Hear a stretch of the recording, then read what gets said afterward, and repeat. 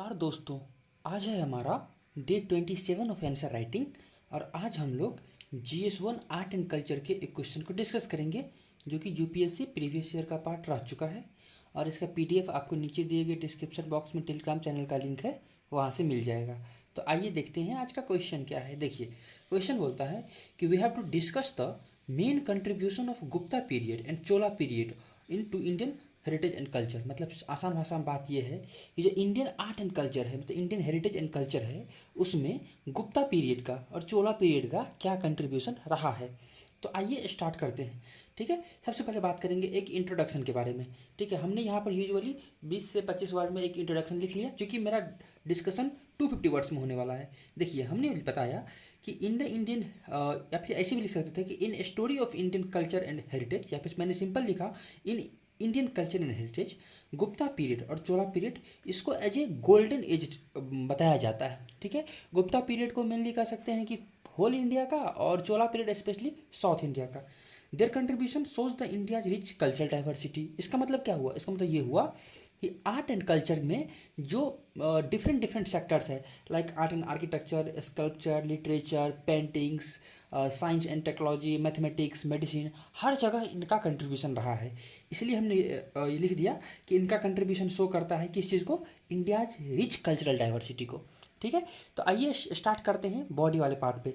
सबसे पहले हम लोग देखेंगे कि गुप्ता पीरियड का क्या कंट्रीब्यूशन रहा है। तो पहला देखिए contribution of Gupta period, that is किस चीज़ में? आर्ट एंड आर्किटेक्चर में। जैसे में टेम्पल्स कंस्ट्रक्शन हो सकता है तो वो आर्ट एंड आर्किटेक्चर का पार्ट होता है।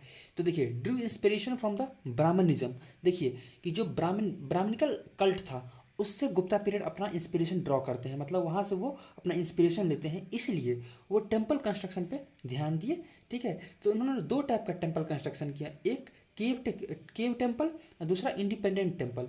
देखिए केव टेम्पल का मतलब ये हुआ कि ये रॉक कट टेम्पल होता है कि बहुत बड़ा चट्टान है, स्टोन है, उसमें उन्होंने कट करके एक प्रॉपर तरह से टेम्पल बना दिया। जैसे बताया गया है ये केव नंबर 16, 17, 19 ऑफ अजंता। ठीक है, आपको सुना होगा अजंता एंड एलोरा जो कि महाराष्ट्र में है। ठीक है, तो वो हो गया। दूसरा इंडिपेंडेंट टेम्पल, मतलब इंडिपेंडेंटली टेम्पल का कंस्ट्रक्शन किया गया। ठीक है, जैसे बताया गया है कि 10 अवतारा टेम्पल। ठीक है, देवगढ़ जो कि यूपी का पार्ट है, आज का प्रेजेंट डे उत्तर प्रदेश। ठीक है, तो ये रहा आर्ट एंड आर्किटेक्चर में Gupta period contribution.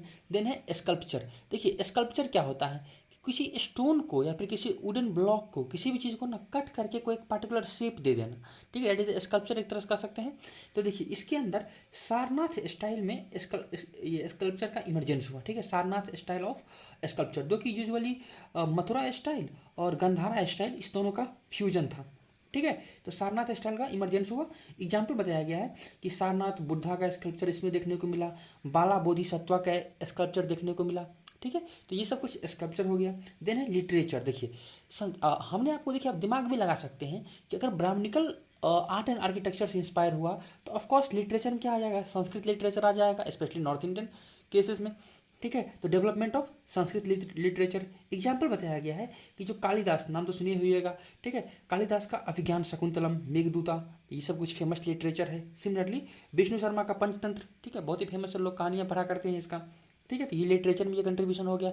Then science and mathematics में बताया गया है ये देखिए डेवलपमेंट ऑफ एडवांस एस्ट्रोनॉमी। ठीक है, आप एस्ट्रोनॉमी तो जानते होइएगा, ये जो ग्रह उपग्रह यानी प्लैनेट्स सबके बारे में बताता है, that is the development of advance astronomy, medicine, mathematics. ठीक है, जैसे बताया गया कॉन्सेप्ट ऑफ जीरो और डेसिमल सिस्टम।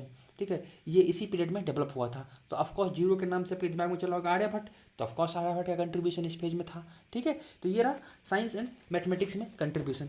देन उसके अलावा एजुकेशन में और कंट्रीब्यूशन के बारे में बात किया गया है।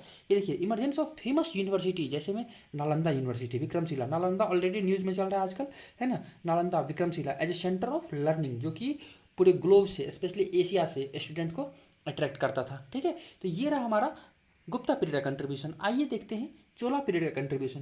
देखिए चोला पीरियड स्पेशली साउथ इंडिया में था, जहाँ से वो साउथ ईस्ट एशिया में भी एक्सपेंड किया था। ठीक है, तो चोला पीरियड का कंट्रीब्यूशन में देखते हैं। पहला है क्या है? Art and architectures. हमने आपको पहले ही बता दिया था कि आर्ट एंड आर्किटेक्चर के सेक्टर में चोला पीरियड को गोल्डन पीरियड माना जाता है इन द साउथ इंडिया। ठीक है, तो आर्ट एंड आर्किटेक्चर में क्या कंट्रीब्यूशन है चोला पीरियड का? तो देखिए आपको पता होगा कि अलग अलग स्टाइल ऑफ टेम्पल कंस्ट्रक्शन होता था, जैसे नागरा स्टाइल्स, ठीक है, द्रविडियन स्टाइल्स। तो द्रविडियन स्टाइल का डेवलपमेंट ये चोला पीरियड के अंतर्गत देखने को मिला। बहुत ही फेमस टेम्पल है बृहदेश्वर टेम्पल, तंजावुर तमिलनाडु में है, ठीक है। तो वो द्रविडियन स्टाइल में बनाया गया है।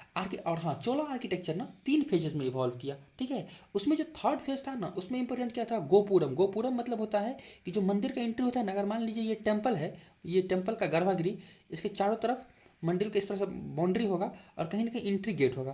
तो एंट्री गेट के ऊपर मैंने एक बड़ा सा इस तरह से आप लोग देखो ये कभी कभी बना होता है, ठीक है, गोपुरम। तो बहुत ही ब्यूटीफुल गोपुरम का कंस्ट्रक्शन होना स्टार्ट हो गया था, ठीक है। तो ये आर्ट एंड आर्किटेक्चर में इसका कंट्रीब्यूशन था। तो द्रविड़ा स्टाइल में कंस्ट्रक्शन स्टार्ट हुआ और गोपुरम का निर्माण देखने को मिला। सिमिलरली आइए देखते हैं स्कल्पचर में इनका क्या कंट्रीब्यूशन था। तो वेक्स कास्टिंग टेक्निक से देखिए सिंपल, इनका ना ब्रॉन्ज स्कल्पचर बहुत ही फेमस था। तो ये क्या करते थे कि मोम, मान लीजिए कि मोम की सहायता से इस तरह से बना दिए किसी भी आर्किटेक्चर को, और उसके बाद क्या करते थे ना, इसके अंदर ब्रॉन्ज भर देते थे, ठीक है, ब्रॉन्ज भर देते थे। तो हाँ, तो जैसे मोम मोम से वो कास्ट किए, देन उसमें ब्रॉन्ज भर देते थे। तो लास्ट में क्या हुआ, एक ब्रॉन्ज का बना हुआ मोम रिमूव कर देता था और ब्रॉन्ज का बना हुआ आर्किटेक्चर वहाँ पर बन जाता था। तो ये बताया गया है कि वेक्स कास्टिंग टेक्निक से स्कल्पचर बनाया जाता था। Example, bronze sculpture of the Nataraja, बहुत ही फेमस है, जो भगवान शिव का डांस करते हुए फोटो है कि वो नटराजा का आर्किटेक्चर्स, वो सॉरी ये स्कल्पचर जो कि इसी पीरियड में डेवलप हुआ था, ठीक है। देन है लिटरेचर पे आते हैं, ठीक है। तो देखिए जिस तरह से गुप्ता में क्या था, संस्कृत लिटरेचर, यहाँ क्या है, तमिल लिटरेचर का डेवलपमेंट हुआ, ठीक है। इसका एग्जाम्पल्स है, ठीक है। तो कंबन्स, एक देखिए यहाँ पर 2 फेमस पर्सनैलिटी है, वन ऑफ देम इज कंबन्स कंबन, और दूसरा है यहाँ पर सेजी हार्स, ठीक है। तो कंबन का रामावतारम, ठीक है, और सेजी हार्स का पेरिया पुराणम, ठीक है। तो ये सब कुछ एग्जाम्पल्स हैं जो कि आपके दिमाग में रहेगा, you can easily put it in answer writing, ठीक है। तो ये लिटरेचर में इनका इन 2 कंट्रीब्यूशन था, specially in the Tamil literature.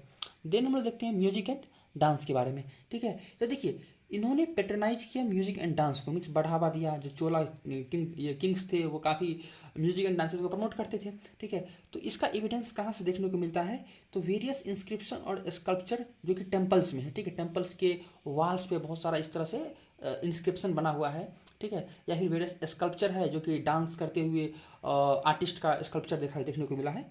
जैसे में बताया गया है, एग्जाम्पल डिपिक्शन ऑफ म्यूजिशियंस और डांसर्स एंड म्यूजिशियन डांसर्स का ये आर्ट देखने को मिला है बृहदेश्वर टेम्पल में, ठीक है। देन है पेंटिंग्स, देखिए पेंटिंग्स में भी चोला का काफ़ी ज़्यादा कंट्रीब्यूशन रहा है। तो पेंटिंग्स देखिए, जो टेम्पल वॉल होता है ना, टेम्पल वॉल पे डिफरेंट पेंटिंग देखने को मिला है। स्पेशली अब देखिए टेम्पल का वॉल है तो ऑफकोर्स देवी देवताओं के फोटो होंगे, तो गॉड एंड गॉडेसेस का फोटो। इसे एग्जाम्पल यहाँ बता दिया गया है, ठीक है, कि बिजियालिया, ये चोलेश्वर टेम्पल और बृहदेश्वर टेम्पल। बृहदेश्वर देखिए चोला पीरियड के बारे में जब भी बात है ना, बृहदेश्वर टेम्पल सबसे आगे रहता है, ठीक है। तो ये पेंटिंग्स में कंट्रीब्यूशन हो गया। अब देखिए तो ये हमने बात किया contribution in the contribution of Chola period. तो गुप्ता के बारे में बात किया, चोला के बारे में बात किया, यानी एक कंप्लीट बॉडी के बारे में हमने डिस्कस कर लिया। आइए कंक्लूड करते हैं। देखिए भले ही क्वेश्चन है आर्ट एंड कल्चर का, लेकिन उसको आपने थोड़ा सा प्रेजेंट डे से रिलेट करते हुए इंड कर सकते हैं। तो देखते हैं, देखिए दस there contribution has long lasting legacy, ठीक है। बहुत ही जो कि देखिए आज भी कई सारा चीज़ है ये चोला और गुप्ता पीरियड का, ठीक है, कई सारा क्या बहुत सारा चीज़ है। और हमारे प्रेजेंट डे जो हमारे नेशनल प्राइड है उन चीज़ों में भी इनका कंट्रीब्यूशन है, ठीक है। जैसे भी बताया गया है कि their contribution has long lasting legacy that contribute to inspire and influence the nation, ठीक है, nation today to display the India's prosperous cultural diversity from north to south. देखिए सिंपल भाषा में ये समझिए कि इनका कंट्रीब्यूशन का जो लीगेसी है ना, बहुत ही लंबा लीगेसी है, ठीक है, जो कि आज भी नेशंस आज भी हमको ये इंस्पायर करता है, इन्फ्लुएंस करता है, और ये शो करता है कि इंडिया का जो कल्चरल डाइवर्सिटी है ना, ये बहुत ही रिच है, ठीक है, बहुत ही प्रोस्पेरस है। केवल एक पार्ट नहीं बल्कि नॉर्थ इंडिया से साउथ इंडिया तक, ठीक है। तो ये रहा हमारा कंट्रीब्यूशन का पार्ट, सॉरी ये कंक्लूजन का पार्ट। तो ये रहा आज का डिस्कशन। कैसा लगा आप बता सकते हैं। And thank you very much for the discussion.